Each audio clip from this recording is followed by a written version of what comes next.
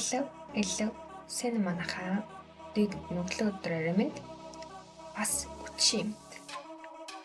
Та нартай дараагийнхаа бичлэгээр уулзж байгаадаа баяртай байна. За энэ удаагийнхаа бичлэгээр та бүхэндээ гэрлүүгөө явах гэж байгаа хүний өмнөх өдрүүд хэрхэн яаж өрнөсөн тухай өгүүлэх гэж байна. Та нар маань тоглон сууж таалан болгоно уу? Та бүхэн таалагдсан гэдэгтэй байна. За тэгээд хамтдаа юу болсон тухай харцгаая. За өмнөх өдөр нь болохоор ихчийнхээ ажил дээр очиж хайнан болонгоо жоохон уудаад байсан болохоор жоохон сахилгуйтаад нэг иймэрхүү бичлэг хийж үтсэн юм аавцیں۔ Нэг иймэрхүү ийл сууж ийсэн санаж байна. Бас хөөрхөн юу хийх вэ гэж бодсон нэг хийц хүсэг үний царай л харагдаж байна. За тэгээ маргааш нь юу болсон гэхээр лекцтэй байсан. Багшийн маань айгуу гоё лекц болсон санхүүгийн төлөвлөлт тэгээд зорилготой байх тухай айгуу гоё лекц болсон. Энд дээр юу яригдсан юу ойлгосноо та тэгээ хаваалцъя. Энд дээр зорилготой амьдрал гэж юу вэ? Одоо болон ирээдүйн хэрвээ өнөөдөр байгаа шигээ орсгалаараа нэг л хэвийн болж байна, бүтэж байна гэж яваад байгаа ч нэг л мэдхэд нас барахгүй юу, хөтөл насн дээр ирнэ шүү. Энэ хатууч гэсэн үнэг нэг л мэдхэд та нар 50 60 гээд хүрсэн байх болно. Тийм учраас өнөөдрөөс эхлээд амьдралаа өөрчилж эхэллээрээ. Тэгэхээр итгэхийн тулд юу хийх вэ гэвэл дадал зуршлыг өөртөө бий болгох зөв дадал зуршил сахилга бадууштай цаг юм бол хүнийг амжилтанд хүргэх суурь ойлголт юм шүү. Мөн дээрэс нь өчигдрөөсөө өнөөдөр 1% илүү байх юм бол чамд амжилт ирэх болно. Тийм болохоор өөрийгөө бүтээхийн тулд өдөр бүр хичээгээрэй гэдэг зүйлийг би маш сайн ойлгож авсан. Тэгээ маргааш нь болохоор тагцэгчиндээ очих гээд хотоос жоохон зайдуу байдаг болохоор тэднийг очичоод явъя гэж бодоод нэг л явжин. Замдаа бас зүгээр ихгүй бичлэгээ хийгээд эмдсэн гэдэг юм аа.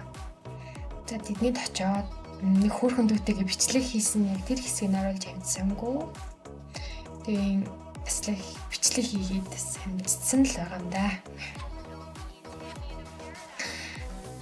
За тэгээд сургалттай байсан, аргааш нь сургалттай байсан. Тэгээд сургалт тарчаад бас нэг бичлэг амжилсан байт юм аа. За тэгээд зураг авалтанд орсон, зураг дараалсан.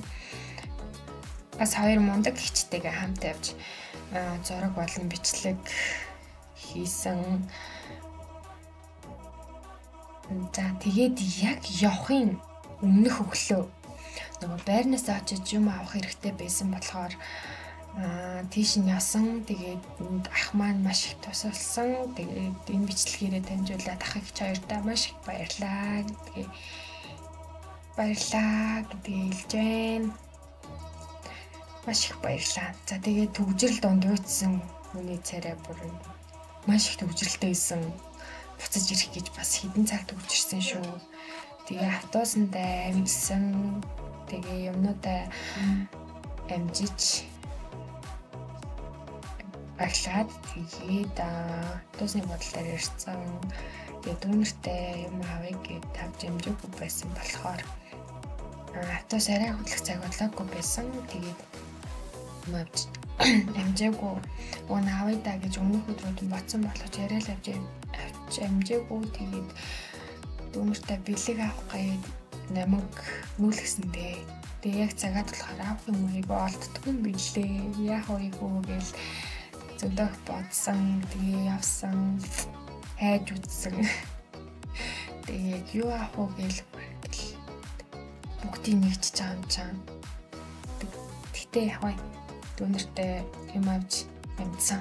Мэдсэн бид байгаа. Автобус явахаас өмнө гээд бас амжуулах гэж бас нэлээд юм болсон. За тэгээд ямартайч юм авч ямсан.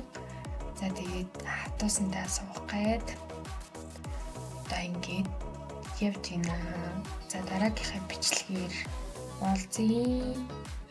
Илүү хандлын адилтай, дурсамжтай, сургамжтай. Тэгээд юу ойлгосон, юу мэдэж авсан, яах ёстой гээд олон бичлэгийг та нартай хуваалцах болно. Тэг өөрийнхөө сурсан мэдсэн бүх зүйлээ та нартайгаа хуваалцъя гэж шийдсэн. За тийм болохоор та нар маань удаан хараа дараагийн бичлэгээр уулзцгаая. Баяртай.